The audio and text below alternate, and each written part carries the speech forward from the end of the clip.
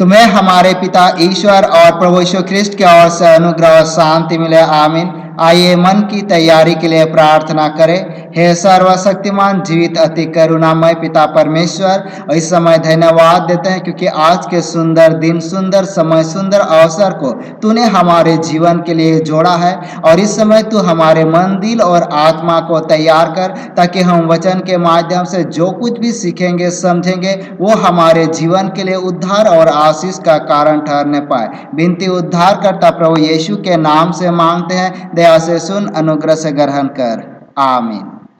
मसीह यीशु में विश्वासियों, आज 17 मई 2020 कलीसिया कैलेंडर के अनुसार रोंगाते रविवार। रोंगाते का हिंदी अर्थ है प्रार्थना करो। प्रार्थना धार्मिक जीवन का सबसे महत्वपूर्ण अंग है।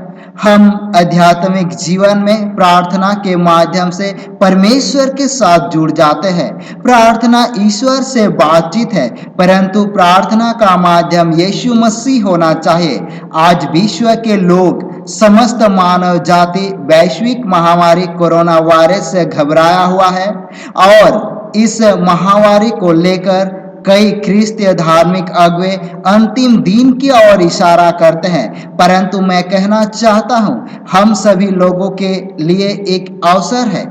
हम इन बातों को ध्यान नहीं दे, परंतु हमें चाहिए कि हम सभी घुटने टेक कर पश्चाताप के साथ प्रार्थना करें। हम सभी इसी समय परमेश्वर के निकट आए, परमेश्वर की नजदीक आए, और यह हमारे जीवन के लिए लाभदायक है। जब हम उदाहरण के तौर पर जब पुराने नियम के ऐसे कई महान व्यक्तियों के जीवन और उसके चरित्र को देख सकते हैं जिन्होंने प्रार्थना किया है, उनके जीवन में परमेश्वर ने उत्तम उत्तम फल और आशीष से परिपूर्ण किया है। और उसमें से अगर हम लोग एक ऐसे जीवन को देखेंगे जो कि वो अपने जीवन के अंतिम काल में था, अर्थात हम जब बातचीत कर रहे हैं यहूदा के राजा हिजकिय्याह के जीवन, जिसको हम यशायाह नामक भविष्यवक्ता के पुस्तक अध्याय संख्या 38 और पद संख्या 1 से लेकर 5, या तो दूसरी राजा के पुस्तक अध्याय 20 और पद 1 से लेकर 11 तक में इन बातों को देख पाएंगे। यहाँ यहूदा के राजा हिजकिय्याह जीवन को जब देखते हैं कि वो एक रोगी व्यक्ति हो गया, वो एक ऐसा रोग में फंस गया और उनका शरीर फोड़ा से भर गया और वो मरने पर था। परंतु यशायाह भविष्यवक्ता ने उसको संदेश दिया और कहा, जो कुछ करना है इसी समय कर, और अपने परिवार और प्रियजनों को जो कुछ भी बोलना है इसी समय बोल दो, क्योंकि तू अब जीवित नहीं रहेगा, क्योंकि तू अब मरने वाला है। और जब उनको यह पता चला, हिजकिय्याह को यह पता चला, वो क्या क्या रो रो कर परमेश्वर के पास प्रार्थना करने लगा, रो रो कर परमेश्वर से निवेदन करने लगा, और उन्होंने जो कुछ भी भलाई किया था उन भलाइयों को ईश्वर के सामने रखा। और जब वो प्रार्थना करने लगा, जब वो गिड़गिड़ाने लगा, और जब यशायाह भविष्यवक्ता हिजकिय्याह राजा के आंगन से बाहर जा रहा था, उसी समय परमेश्वर ने यशायाह भविष्यवक्ता को रोका और कहा, रुको, और इस समय राजा हिजकिय्याह के पास जाओ और उससे कहो कि उसके रोने और उसके प्रार्थना को परमेश्वर ने सुन लिया है। और सचमुच में वास्तव में ऐसा ही हुआ। और जब यशायाह भविष्यवक्ता इन संदेश को प्राप्त करता है और वो हिजकिय्याह राजा के पास चला जाता है और उसको बताया कि परमेश्वर ने तेरी प्रार्थना को सुन लिया है, परमेश्वर ने तेरे आंखों के आंसू को देख लिया है, परमेश्वर ने तेरे गिड़गिड़ाहट को स्वीकार कर लिया, क्योंकि तू मरने वाला था परंतु अब तू नहीं मरेगा, क्योंकि परमेश्वर ने तुम्हारे आयु को 15 वर्ष और बढ़ा दिया है। हाँ मसीह में मेरे मित्रों, ये एक सत्य घटना है और यह पवित्र बाइबल पर अंकित है। और इस प्रकार हम देखते हैं कि एक व्यक्ति जिसका जीवन खत्म हो गया था, लास्ट स्टेज पर था। और जब वो प्रार्थना करने लगा, गिड़गिड़ाने लगा, तो परमेश्वर ने उसके आयु को 15 वर्ष और बढ़ा दिया। और ये कोई नहीं, यहूदा के राजा हिजकिय्याह है, जिसका परमेश्वर ने 15 वर्ष और बढ़ा दिया। और ये 15 वर्ष कम नहीं है, क्योंकि 15 वर्ष में एक व्यक्ति जवान हो जाता है। और इतनी बड़ी आयु यहाँ पर परमेश्वर ने राजा हिजकिय्याह के जीवन को प्रदान किया। और इसी समय अगर इस बात को लेते हुए जब हम आगे बढ़ेंगे, तो हम लोग दूसरा एक ऐसे व्यक्ति के जीवन को हम लोग देखेंगे जो पवित्र बाइबल के आधार पर है, और उनके जीवन को भी देखेंगे। वो परमेश्वर का भक्त था, वो परमेश्वर के निकट जाकर प्रार्थना करता था। जब उन पर संकट आया तो परमेश्वर ने उसको बचा लिया। और उसमें से अगर हम उसे देखना चाहेंगे, वो है परमेश्वर का सच्चे आराधक, यानी दानियल। हम दानियल के जीवन से परिचित है, और जिसको अगर हम इस विषय में बातचीत करेंगे, तो दानियल नबी के पुस्तक अध्याय संख्या 6 और पद संख्या 1 से लेकर 24 में इन बातों को हम समझ सकते हैं।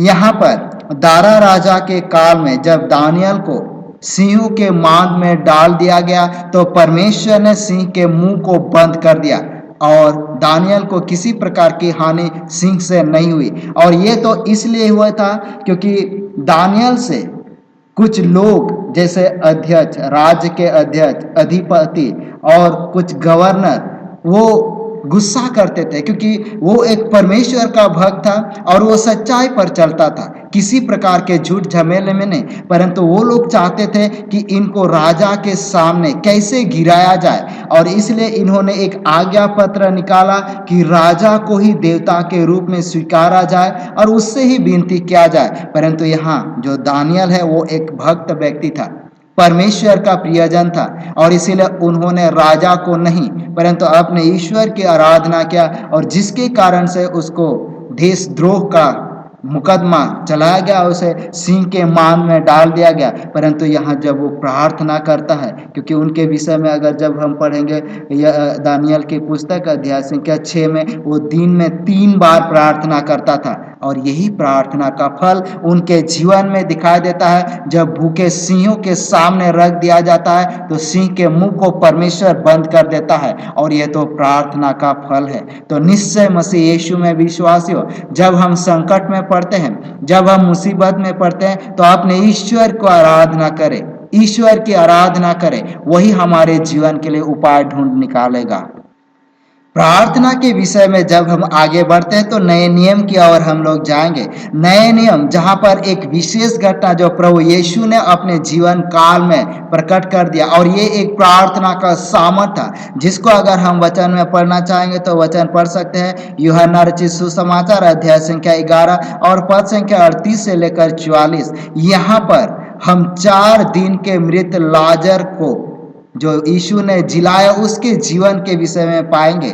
और ये एक मामूली घटना नहीं है, क्योंकि बेतनिया का लाजर जो 4 दिन पहले मर चुका था, और यीशु जब वहां आया तो मार्था और मरियम ने निवेदन किया, और उन्होंने कहा, यदि तू यहाँ होता तो मेरे भाई लाजर कदापि ना मरता। परंतु यीशु ने कहा कि उसको कहाँ रखा गया है, किस जगह गाड़ा गया है। वहां जाकर उसने प्रार्थना किया, और वहां पर जो 4 दिन से पड़ा हुआ मृत लाजर को यीशु ने प्रार्थना के माध्यम से जीवित कर दिया और जिंदा कर दिया। और ये एक सामर्थ का काम है, और ये प्रार्थना का सामर्थ है कि 4 दिन से पड़े हुए मृतक जो सड़ गए थे, जिसका शरीर से दुर्गंध आ रहा था, उनको प्रभु यीशु ने जीवित कर दिया। और ये तो प्रार्थना है। और इसीलिए जब आज हम 17 मई 2020 कलीसिया कैलेंडर के अनुसार रोंगाते रविवार, रोंगाते जिसका अर्थ है प्रार्थना करना, और इसीलिए हम आज प्रार्थना के विषय में बातचीत कर रहे हैं और प्रार्थना को शामिल करते हैं।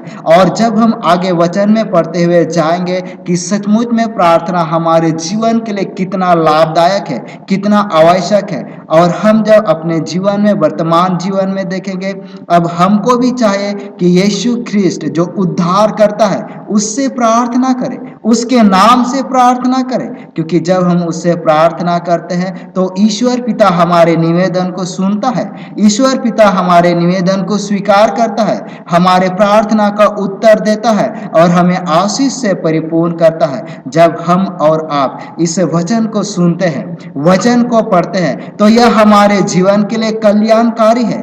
वचन जीवन है जो हमें आत्मिक रूप से जिंदा रखती है। आज हम यूहन्ना रचित सुसमाचार अध्याय संख्या 16 और पद संख्या 23 से लेकर 30 तक जो पवित्र वचन के निमित्त यह ठहराया गया है, और इसमें भी जब हम आगे पढ़ेंगे तो देखेंगे कि यीशु अपने चेले को वास्तविकता से परिचित कराता है, और उनमें जो मुख्य केंद्र बिंदु है कि परमेश्वर ने यीशु के माध्यम से संसार पर विजय प्राप्त कर लिया, और यह हम मसीही लोगों के लिए एक आनंद का विषय है। और उससे पहले यीशु अपने चेले को सचेत करना चाहता है, जागृत करना चाहता है, ताकि वो निरंतर प्रार्थना में आगे बढ़े, ताकि यीशु के नाम से मांगे, और जो कुछ भी वो यीशु के नाम से मांगेंगे ईश्वर पिता उनकी सुनेगा और उनको उत्तर देगा, उनके जीवन को आशीषित करेगा। और इसीलिए यीशु विजयी राजा है।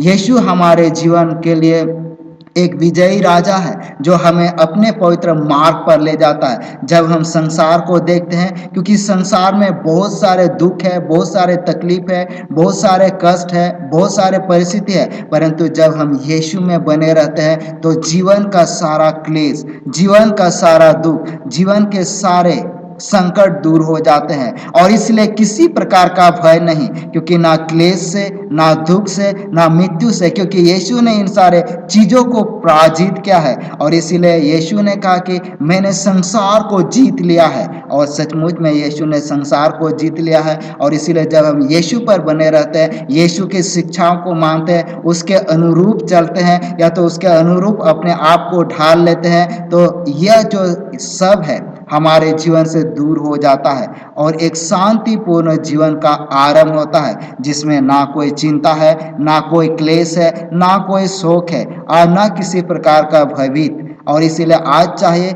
कि हम अपने उद्धारकर्ता जिसने संसार को जीत लिया है उस पर बने रहते हुए, उस पर भरोसा करते हुए जीवन में आगे बढ़े, क्योंकि आज जिंदगी में बहुत सारे लोगों के जीवन में बहुत सारे विपत्ति आते हैं, परंतु यीशु उस विपत्ति के घड़ी में ढाढ़स बांधने के लिए कहता है, ताकि पवित्र आत्मा का सामर्थ जिसने शैतान के बंधन को, भय के बंधन को, संदेह के बंधन को और पाप के बंधन को तोड़ा है और उससे विजय दिलाया है, तो निश्चय आज हम एक विजय जीवन जी रहे। और इसीलिए आज हम मसीही जीवन को जब देखते हैं, उनके जीवन के लिए आशीष का विषय वस्तु है, परंतु दूसरे लोगों के जीवन को देखते हैं, वो अपने जीवन के लिए सहायक ढूंढते हैं, वो एक ऐसा मसीहा को ढूंढते हैं जिसकी उनको जरूरत है, और ये इसलिए ढूंढते हैं कि वो उस पर भरोसा कर सके, वो उनको सुरक्षा दे सके, वो उनकी अगुवाई कर सके, वो उनको आशीष दे सके। और इसीलिए अपने ईश्वर को ढूंढने के लिए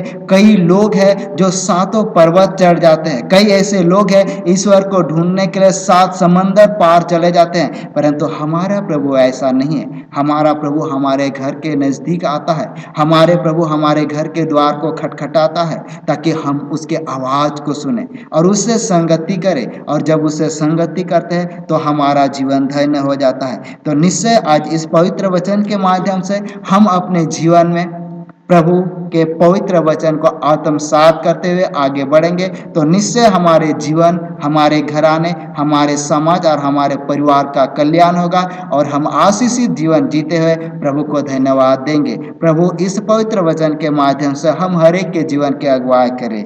आमीन। आइए इस समय हम प्रार्थना करें।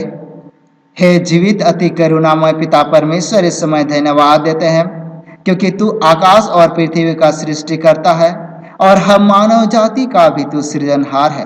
इसलिए हमारे जीवन की सारी लेखा तो तेरे पवित्र हाथ में है, और तू चाहता है कि हम तेरे पवित्र अनुग्रह में बने रहे, तेरे आशीष और अनुग्रह में अपने जीवन को व्यतीत करें, ताकि हम अपने बोझ को, अपने चिंता को तेरे हाथ में सौंपे, ताकि तू यीशु के सामर्थ्य नाम से हमारे बोझ, हमारे चिंता, हमारे क्लेश और संकट को उठाकर अपने पवित्र हाथों में रखते हुए तू हमारे जीवन को स्वतंत्र और आजादी देना चाहता है। होने दे पिता परमेश्वर, आज कई लोग हैं जो इस संसारिक जीवन में व्यस्त है और वो इस दुख, क्लेश और संकट और मोह माया में फंसे हुए, परंतु तू चाहता है कि हम तेरे निकट रहे, प्रभु यीशु के निकट रहे, पवित्र आत्मा के निकट रहे, ताकि हमारे जीवन में ना किसी प्रकार का क्लेश हो, ना किसी प्रकार के अशांति, परंतु तू हमारे जीवन को शांति, बरकत और आशीष से परिपूर्ण करना चाहता है। होने दे पिता परमेश्वर, इस आशीष को ग्रहण करते हुए, रिसीव करते हुए हम जीवन में आगे बढ़ते हुए तुझे हृदय से धन्यवाद दे सके। विनती उद्धार करता प्रभु यीशु के नाम से मांगते हैं, दया से सुन और अनुग्रह से ग्रहण कर, आमीन। और ईश्वर की शांति जो समस्त ज्ञान से ऊर्ध्व है, ख्रीष्ट यीशु में प्रत्येक के हृदय और मन की रक्षा करे, अब से सनातन लो, आमीन। सबको यीशु सहाय। धन्यवाद।